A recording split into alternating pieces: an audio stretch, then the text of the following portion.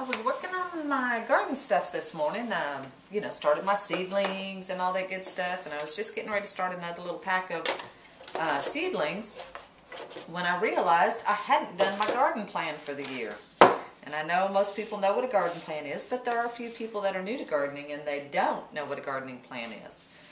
And so I thought, oh, I better sit down and do this so I know how much bed space I have, because otherwise I always have way more seedlings than I do bed space.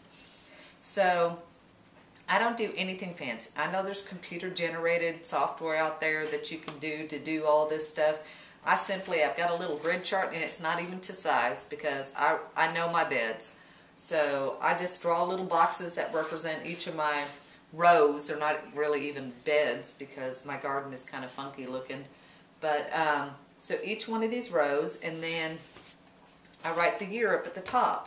And I've been keeping track since 2009. And I do this for several reasons. One, like I said, so I know how many seedlings that I'll have. And two, so that, well, not so how many seedlings I have, so how much space I'll have for my seedlings. And two, I do it so that I know what I planted the previous year. Because I know I planted potatoes and peas and cabbage in row 1 last year. So I'm not going to plant those same things in row 1 this year. I usually push everything over one row, and then what was in the end row comes. And then one row rests. Okay? So this year, the potatoes have gone into row 2. And the onions actually got pushed all the way down to row 4. So that's because the way I cleaned out the beds this year just kind of worked out. Usually, like I said, everything kind of shifts one row. But another reason why I do this is because if you planted the same thing, even if it's not the same tomatoes, but if you plant tomatoes every year in the same beds, you're more likely to get diseases and bugs and critters and stuff in those beds that'll keep coming back year after year because they're looking for that same tomatoes or whatever you had there. So that's another reason why you want to move your rows down, because it'll help prevent disease that are prone to certain varieties of crops from inhabiting the soil there.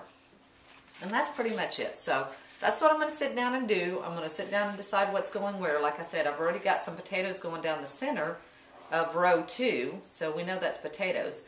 And in each row, I do companion planting. So, like I said, last year I had potatoes going down the center, peas on one side, and cabbage on the other. And I'll tell you what, those potatoes with the peas grew really, really well. So I might do the same thing on, you know, the next row over this year. Since I've got potatoes planted down here, I've got about a 30-foot row of potatoes.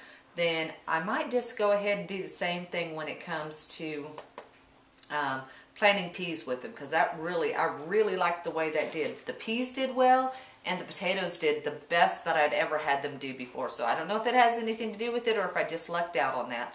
But I did enjoy having some really nice fresh potatoes. For the first time, having a big enough batch that I could actually do something with. So anyway, that's what I'm going to work on today. And I'll keep you posted on how the garden's going. Hopefully pretty soon we'll get warm enough weather and be able to get those seedlings in.